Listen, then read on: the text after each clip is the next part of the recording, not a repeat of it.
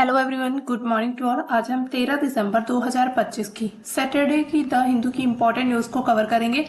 इसमें हमारे जो मेजर सब्जेक्ट रहते हैं polity, IR, history, art and culture, economy, science and tech, environment and इसके साथ ही जियोग्राफी भी हमारा एक मेजर सब्जेक्ट होता है। इन सब्जेक्ट से रिलेटेड जितने भी करंट अफेयर के इम्पोर्टेंट टॉपिक होते हैं जो कि किसी भी एग्जाम में पूछे जाने के चांसेस रहते हैं, इसमें हमारा जो daily the Hindu news analysis का सेशन रहता है। यूपीएससी, पीसीएस या फिर उसके साथ कोई भी वनडे एग्जाम होता है, उनमें जो भी क्वेश्चन करंट अफेयर के बनते हैं तो इन्हीं न्यूज में से बनते हैं, तो इनको हम अच्छे से कवर करते हैं। तो कल हमने आपको दिया था question of the day, in this state MNREGA has been suspended from 3 years, the state is due for elections next year, which is the state. कौन सी ऐसी स्टेट है जहां पर 3 साल से जो मनरेगा है उसको सस्पेंड किया जा रहा है, मतलब किया जा चुका है।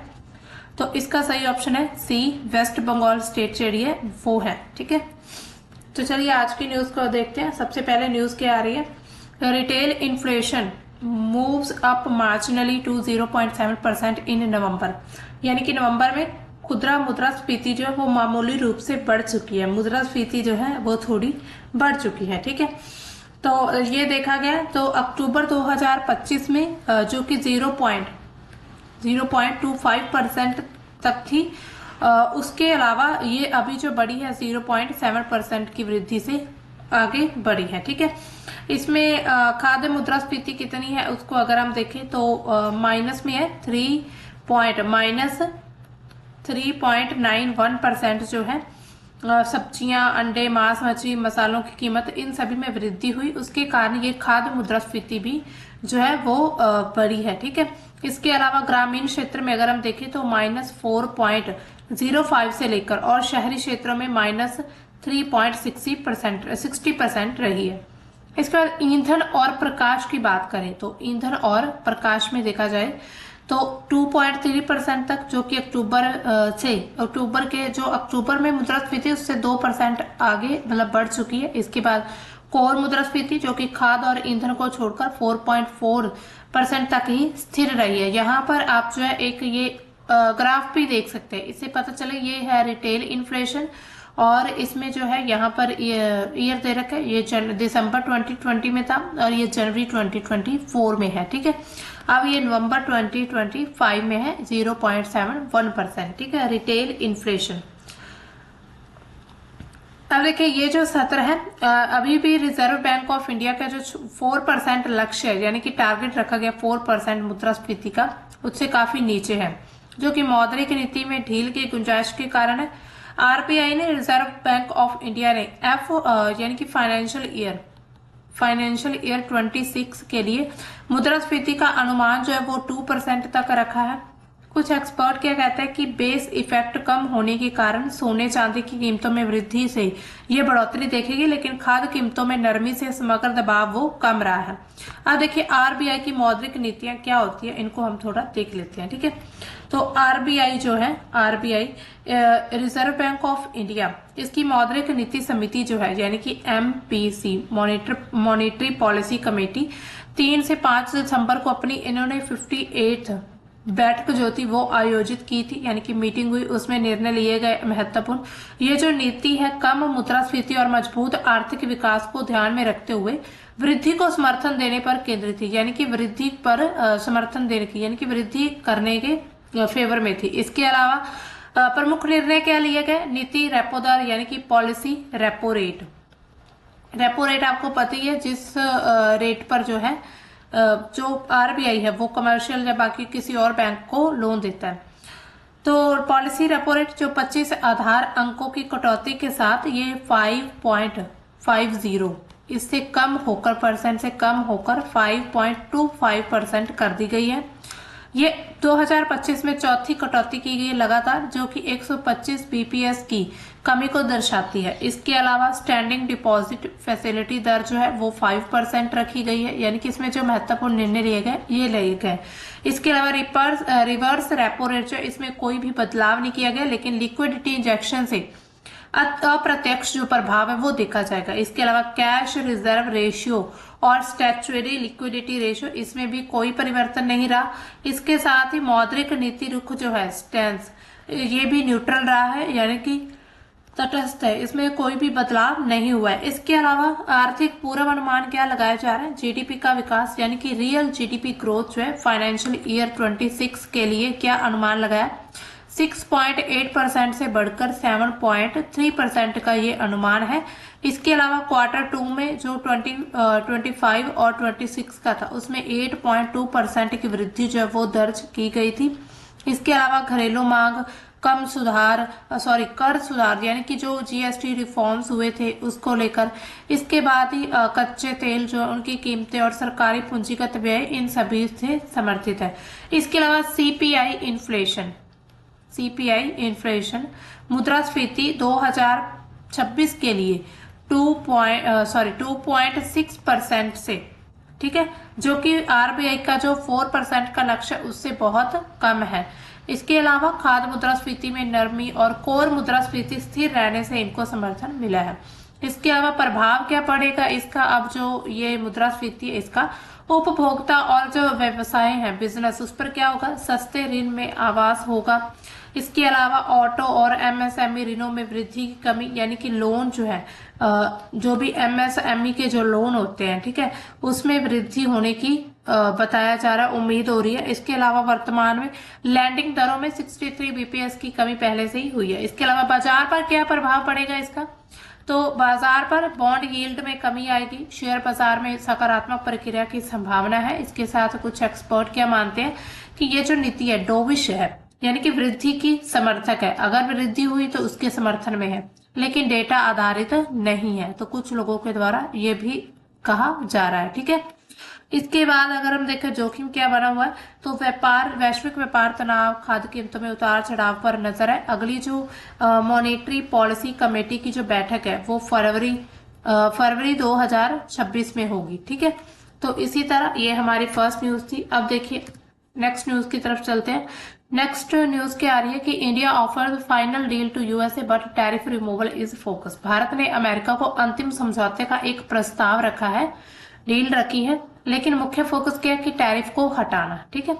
तो हाल ही में भारत ने अमेरिका को एक संशोधित अंतिम व्यापार समझौते का प्रस्ताव दिया, लेकिन मुख्य ध्यान जो है रूसी तेल की खरीद से, यानी कि रूस जो तेल रशियन ऑयल से जो तेल खरीदते हैं उस तेल की खरीद से जो 25% अतिरिक्त टैरिफ है उसको हटाने पर केंद्रित है। ये जो प्रस्ताव है द्विपक्षीय व्यापार समझौते का एक हिस्सा है, यानी कि बाइलेटरल ट्रेड एग्रीमेंट का ही एक पार्ट है। इसके अलावा जिसमें भारत ने अपनी अमेरिकी आयात पर टैरिफ कम करने की पेशकश की, लेकिन अमेरिका से टैरिफ राहत की मांग की जा रही है, यानी कि ऐसा कहा जा रहा है कि अमेरिका भी हमें टैरिफ राहत दे, ठीक है। इसके अलावा भारत का प्रस्ताव है, भारत ने वॉलनट्स, बादाम, सेब, औद्योगिक सामान जिसमें उत्पाद जैसे जितने भी उत्पाद उस पर तत्काल टैरिफ हटाने की, ठीक है, इसमें जो है तत्काल टैरिफ हटाने की मतलब वादा किया है। इसके अलावा भारत अमेरिका से विमानन उपकरण, रक्षा सामग्री, ऊर्जा उत्पाद खरीदने को भी तैयार है। इसके अलावा ये अंतिम ऑफर माना जा रहा है जो कि व्यापक बीटीए का, यानी कि बाइलेटरल ट्रेड एग्रीमेंट का हिस्सा बनेगा, यानी कि ऐसा कहा जा रहा है कि ये आखिरी बार भारत जो ऑफर दे रहा है यूएसए को, ठीक है।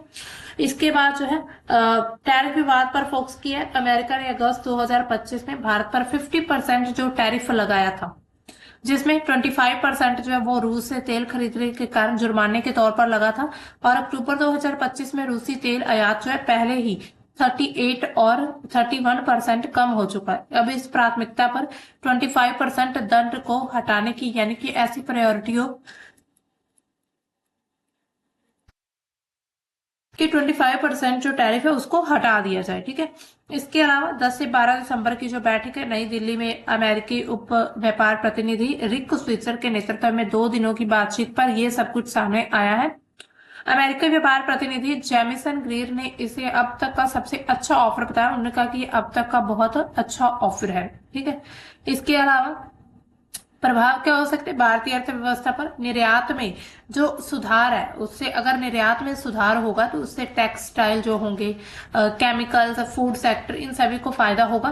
अक्टूबर 2025 में अमेरिका को निर्यात जो है वो 8.5% तक गिरा था। ठीक है, जब ये टैरिफ लगाए गए थे उसके बाद ये गिरा था। लेकिन बाजार पर क्या प्रभाव होगा? सकारात्मक, खास करके अमेरिका निर्यात करने वाली कंपनियों के लिए अच्छा ये हो सकता है। ये जो समझौता ये भारत और अमेरिका के जो संबंध है उसको अच्छा बना सकता है, यानी कि उनको मजबूत कर सकता है। लेकिन रूस से तेल विवाद के कारण ये चुनौतियां अभी तक बनी हुई हैं। ठीक है, हालांकि अभी भी इसमें थोड़ा देखा जा रहा है। अब देखिए, भारत का जो रूस से तेल आयात करता है उसका क्या मतलब कि पूरा उसका पूरा मामला आखिर क्या है उसको हम देखते हैं।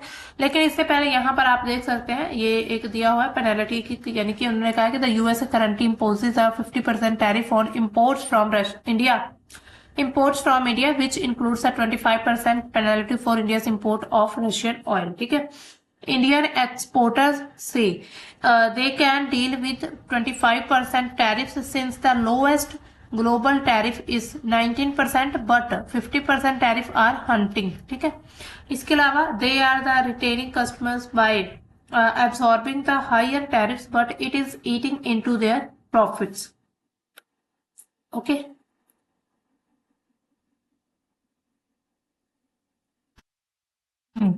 ठीक है, ये बात यहाँ पर यही कहा गया कि जो 50% टैरिफ लगाया जो गया है इसमें जो है 25% तो भारत के सामान पर लगा है। ठीक है, उसके बाद 25% जो है ये रशियन से तेल खरीदने के कारण एक तरह से पेनल्टी के रूप में लगाया गया है भारत पर। और भारत क्या चाहता है कि अब इस 25% टैरिफ को खत्म कर दिया जाए। अब देखिए इसमें थोड़ा हम देखिए रूसी तेल से जो आयात है, भारत जो है वो पूरी दुनिया का तीसरा सबसे बड़ा तेल आयातक देश है। यानी कि हम जो ऑयल इंपोर्ट करते हैं तीसरा जो है सबसे बड़ा देश है भारत, जो अपनी लगभग 88% जो तेल जरूरतें होती है आवश्यकता वो इंपोर्ट पर डिपेंड है। यानी कि हमारे हमारे जो ऑयल की जितनी भी नीड्स है वो सभी इंपोर्ट 88% इंपोर्ट पर डिपेंड है। इसके अलावा अगर हम देखें तो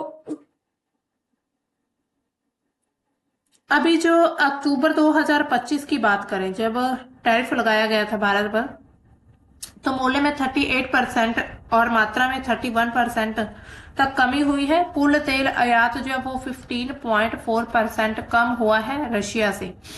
लेकिन अमेरिका से 40% की वृद्धि की गई है। ठीक है, इसके बाद नवंबर में देखें तो 4% जो है वो धन की 5 महीने का उच्चतम रहा है। राज्य संचालित रिफाइनरी जो है वो बढ़ चुकी है, जिसमें निजी, रिलायंस जैसी इन सभी की कमी हुई है। ठीक है, इसके अलावा कुल आयात का अगर हम देखें तो 35% वृद्धि हुई है। ठीक है, इसके अलावा वैकल्पिक स्रोतों पर एक तरह से भारत अपनी जो है उधर भी नजर बना रहा है, जैसे कि अमेरिका में, यानी कि अमेरिका से भी जो अमेरिका तो यही चाहता है कि हमसे तेल इंपोर्ट किया जाए, लेकिन भारत जो है वो अपनी एक तरह से संबंधों को बैलेंस रखना चाहता है। इसके अलावा मध्य पूर्व, जिसमें सऊदी, कुवैत, इन सभी में वृद्धि हुई है। यूएई में हमने जो तेल इंपोर्ट किया है। इसके अलावा रूस का रुख क्या है, वो तो क्रेमलिन का दावा क्या है कि आयात जो है संक्षिप्त गिरावट के बाद बढ़ेगा। पुतिन की दिसंबर 5 यात्रा में, यानी कि 5 दिसंबर की जो यात्रा हुई थी उसके बाद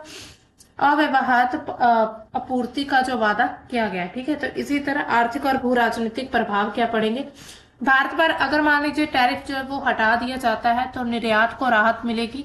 इसके साथ ही अमेरिका का जो तेल है वो महंगा हो जाएगा, लेकिन विविधीकरण से ऊर्जा सुरक्षा बनी रहेगी। इसके अलावा नकारात्मक क्या हो सकता है, आयात बिल लगातार वो बढ़ सकता है। मुद्रास्फीति, ईंधन मूल्य प्रभावित हो सकता है। पूरे विश्व में क्या प्रभाव होगा, रूस की कमाई जो है वो कम होगी, क्योंकि भारत जो है रूस से बहुत बड़ा हिस्सा तेल का इंपोर्ट करता है। इसके अलावा भविष्य की संभावनाएं क्या है, ट्रेड डील जो है जैसे दिसंबर 2025 में के अंत तक जो फ्रेमवर्क है उस पर सहमति संभव होने की बात कही जा रही। टैरिफ 15 से 16% हो सकता है कम हो जाए। रूसी आयात धीरे धीरे घटेगा, लेकिन पूरी तरह से बंद नहीं होगा। यानी कि जैसे अमेरिका चाहता है कि हम पूरी तरह से बंद कर दे, तो ऐसा नहीं होगा, संभव ही नहीं है। ठीक है, तो इसी तरह जोखिम भी अभी तक बने हुए हैं, बाकी आगे आने वाले समय में देखेंगे क्या होता है। तो अब चलते हैं नेक्स्ट न्यूज की तरफ। भारत और चीन के वीजा में कुछ सुधार हुए हैं। क्यों हुए हैं, India freeze up business visa for Chinese professionals in major step to boost ties. Bharat ने चीनी पेशेवरों के लिए व्यापार वीजा मुक्त कर दिया है और संबंधों को बढ़ावा देने की दिशा में एक बहुत बड़ा कदम है। तो जो चीन की वीजा प्रक्रिया, व्यापार वीजा प्रक्रिया, उसको भारत ने सरल बना दिया। इससे क्या होगा, चीन और भारत के जो संबंध है वो सुधर सकते। बदलाव क्या आया, 2020 का जो गलवान घाटी संघर्ष है उसके बाद भारत ने चीनी नागरिकों के वीजे पर अतिरिक्त जांच की परतें जोड़ दी थी, यानी कि एक्स्ट्रा जांच होनी थी उन पर, और जिससे मंजूरी में महीनों लग जाते थे। अब इस प्रशासनिक जांच को हटा दिया गया और व्यापार वीजा 4 हफ्तों के अंदर जारी किए जा रहे हैं, यानी कि 4 वीक, एक मंथ के अंदर ये जो वीजा है वो जारी किए जा रहे हैं अभी। यानी कि भारत की अगर हम वीजा पॉलिसी देखें चीन की, तो वो और आसान बन गई है। इसके अलावा प्रभाव क्या पड़ेगा इसका, ये जो बदलाव है ये इलेक्ट्रॉनिक्स, इसके साथ ही सोलर, अन्य क्षेत्रों में जो चीनी टेक्नीशियन है उनकी कमी को दूर करेगा। जहां पर पिछले 4 वर्षों में लगभग $15 अरब उत्पादन का नुकसान हुआ। कंपनियां जैसे कि शाओमी कंपनी है, ऐसी चीनी फर्मों को अब आसानी से स्टाफ भेजने में मदद मिलेगी। इसके अलावा ये जो कदम है, प्रधानमंत्री नरेंद्र मोदी की जो यात्रा हुई थी, विजिट किया था उन्होंने चाइना में, उसके बाद ये जो है ऐसा बयान आया है। ठीक है,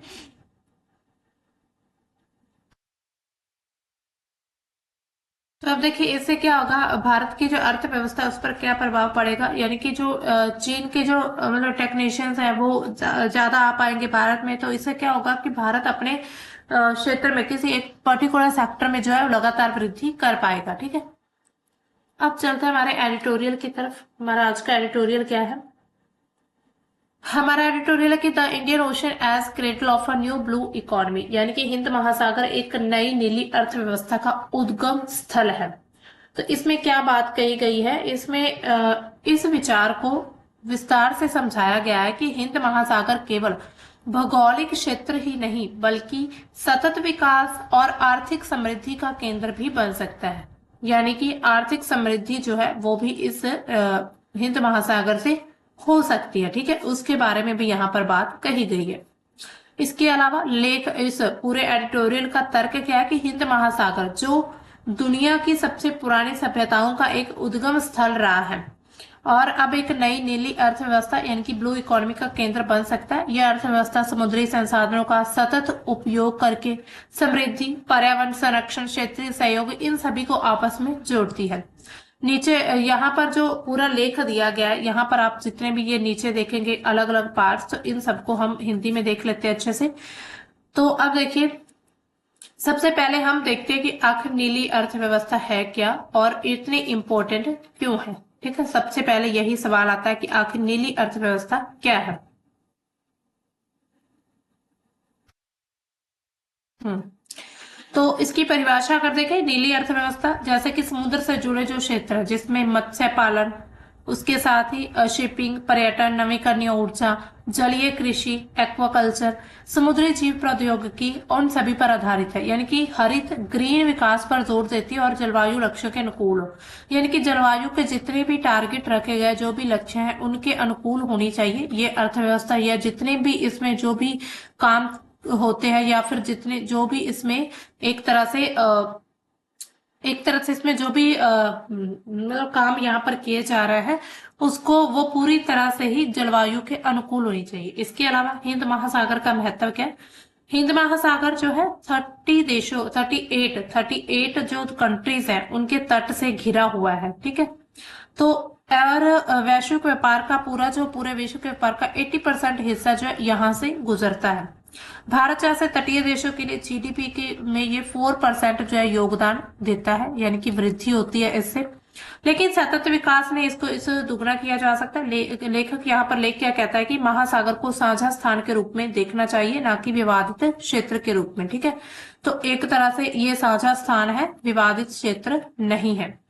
इसके अलावा चुनौतियां भी बनी हुई है, जैसे कि समुद्र का प्रदूषण होता है यहाँ पर, अति मत्स्याशी जो ओवर फिशिंग होती है, जलवायु परिवर्तन, संसाधनों का असमान वितरण होता है। लेकिन अवसर अधिक है, जैसे कि ग्रीन शिपिंग है और जो समुद्री खनिज है, इन सभी का दोहन हो रहा है। ठीक है, इसी तरह कहीं ना कहीं जो है इसमें और भी चुनौतियां अभी तक बनी हुई हैं। इसके अलावा पूरे विश्व के संदर्भ में देखें तो इसमें जो जून 2025 में अभी जो एक blue economy and finance forum, जो एक ऑर्गेनाइजेशन यानी कि एक फंक्शन, एक तरह से एक कार्यक्रम आयोजित किया गया था, जहां पर 25 अरब डॉलर जैसे जो मौजूद निवेश, 8.7 अरब डॉलर के नए वादे जो घोषित किए गए। इसके साथ ही विकास बैंक जैसे कि finance in common ocean coalition, इसके 7.5 अरब जो सालाना इसमें प्रतिबद्धता, इन सब के बारे में यहाँ पर बात की गई है इसमें। ठीक है, तो यहाँ पर आप देख सकते हैं इसमें।